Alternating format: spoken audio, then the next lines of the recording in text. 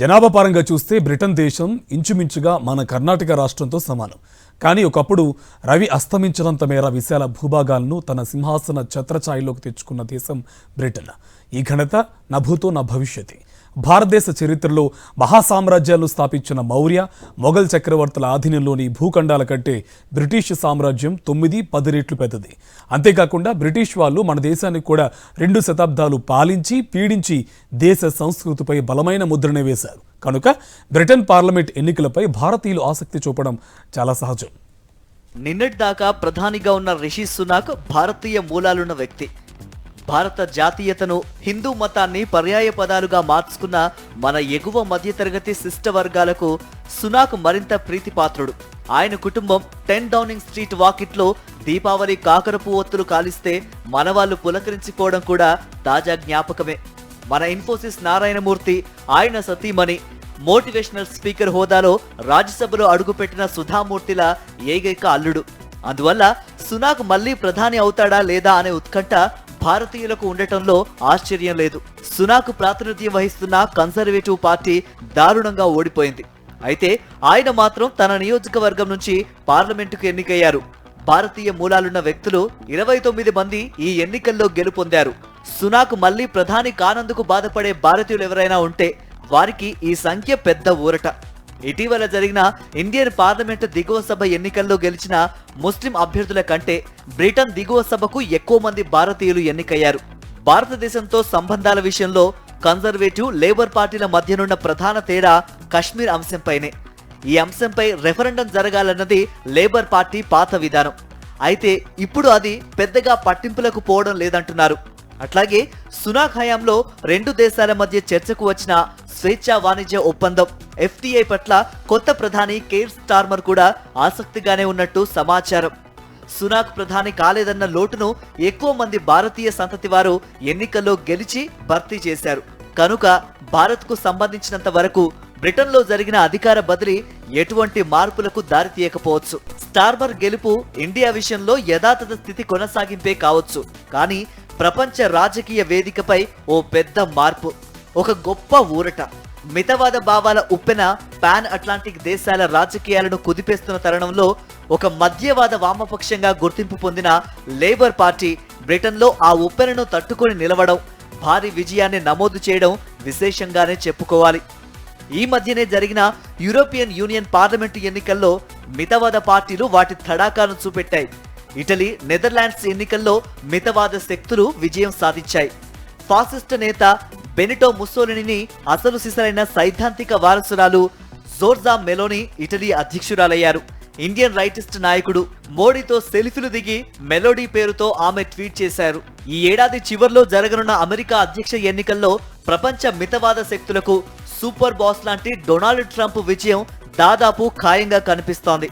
Britain ఎన్నికల్లో కరడుగట్టిన మితవాద నాయకుడు Nigel Faraz నేతృత్వంలోని రిఫార్మ్ యూకే పార్టీ ఎన్నడూ లేని విధంగా 14% ఓట్లను సాధించింది. ఎన్నో దండయాత్రల తర్వాత ఫరాజ్ పార్లమెంటుకు ఎన్నికయ్యారు.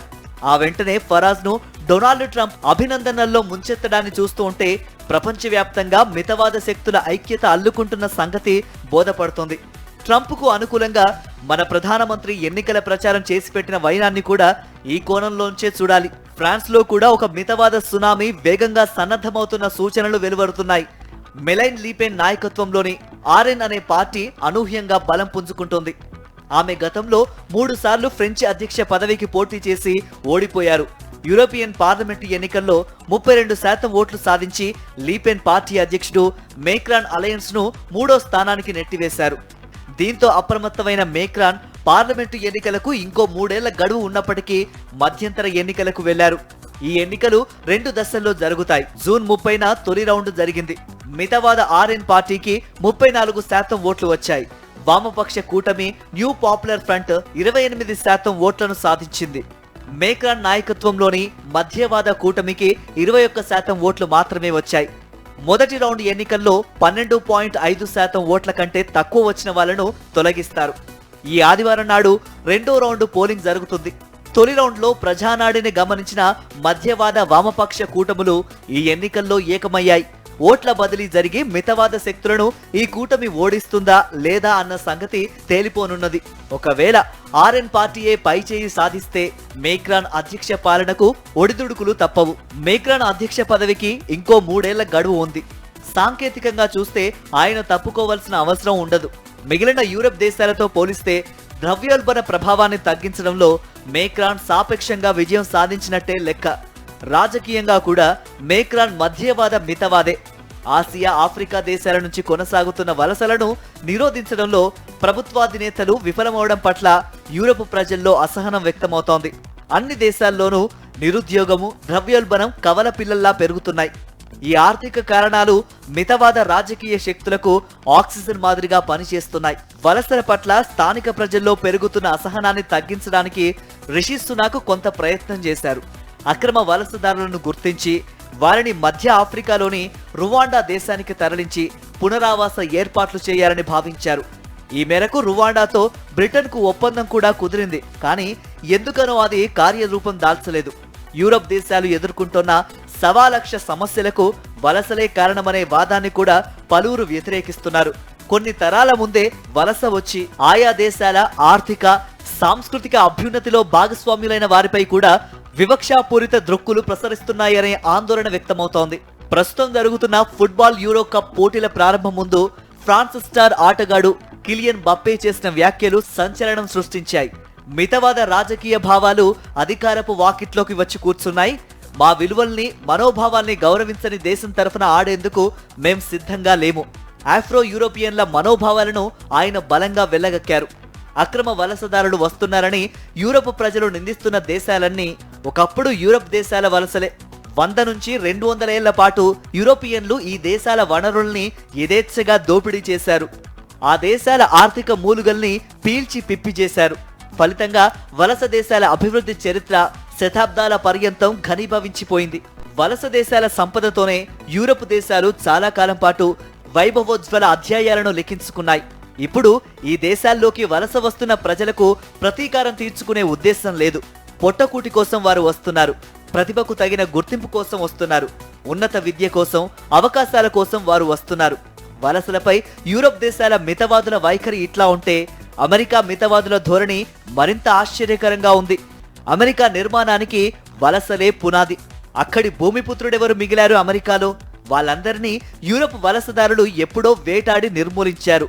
యూరప్ దేశాల ఆశాజీవులు ఆఫ్రికా నుంచి బంధించి తెచ్చిన బానిసల సహాయంతో పెరిగిన అమెరికా ఒక వలసదారుల దేశం. వలసలకు కేర్ ఆఫ్ అడ్రస్. అమెరికాలోని ట్రంపిస్టులు కూడా వలసలకు వ్యతిరేకంగా మాట్లాడటం న్యూయార్క్ నగరంలోని స్వేచ్ఛా ప్రతిమ పాదపీఠిక మీద చెక్కిన ఎమ్మా లాజ్రస్ కవితా పంక్తుల స్ఫూర్తికి విరుద్ధం. ఆ స్వేచ్ఛా ప్రతిమ వలస జీవులను రారమ్మని పిలుస్తున్నట్టుగా ఆ కవితా పంక్తులు ఉంటాయి. దస్సిపోయిన మీ జనాలను, మీ నిరుపేదలను స్వేచ్ఛా వాయువులు పీల్చేందుకు తహతహలాడుతున్న మీ సకల కూటములను, మీ తీరాలలో కిక్కిరిసిన తిరస్కృతులను, నిరాశ్రయులను, తుఫానుల్లో చిక్కుకుపోయిన అభాగ్యులను నా దరికి పంపండి. బంగారు ద్వారం పక్కన దారిదీపాన్ని పైకెత్తి నిల్చున్నాను అని ఎమ్మా లాజరస్ అన్నారు. మితవాద శక్తుల ప్రభంజనం నేపథ్యంలో బ్రిటన్లో లేబర్ పార్టీ గెలుపునకు చాలా ప్రాధాన్యం ఉంది. ప్రపంచవ్యాప్తంగా ఉన్న మితవాద రాజకీయ పక్షాలన్నిటికీ మతవాద, జాతివాద సారూప్యతలే కాకుండా ఆర్థిక విధానాల సారూప్యతలు కూడా ఉన్నాయి. కొంతమంది సంపద సృష్టించి దాన్ని వారే సొంతం చేసుకునే ఆర్థిక కార్యక్రమం వారిది. బ్రిటన్ కొత్త ప్రధాని కైర్ స్టార్మర్ భిన్నమైన గళాన్ని ఎన్నికలకు ముందే వినిపించారు. కార్మిక వర్గం కోసం సంపద సృష్టించాలని ఆయన పిలుపునిచ్చారు. ప్రజలందరికీ నాణ్యమైన విద్య, వైద్య సేవలను ప్రధాన ఎజెండాగా ప్రకటించారు. న్యాయమైన ఈ ఎజెండాకు బ్రిటన్ ప్రజలు జై కొట్టడం ఆహ్వానించదగిన పరిణామం. వలసదారుడిని ప్రధానిగా చేసిన పార్టీని శిక్షించడానికే ప్రజలు లేబర్ పార్టీని గెలిపించారని కొంతమంది ప్రచారం చేస్తున్నారు. ఇది బ్రిటన్ ప్రజల విఘ్నతను, చైతన్యాన్ని శంకించడమే.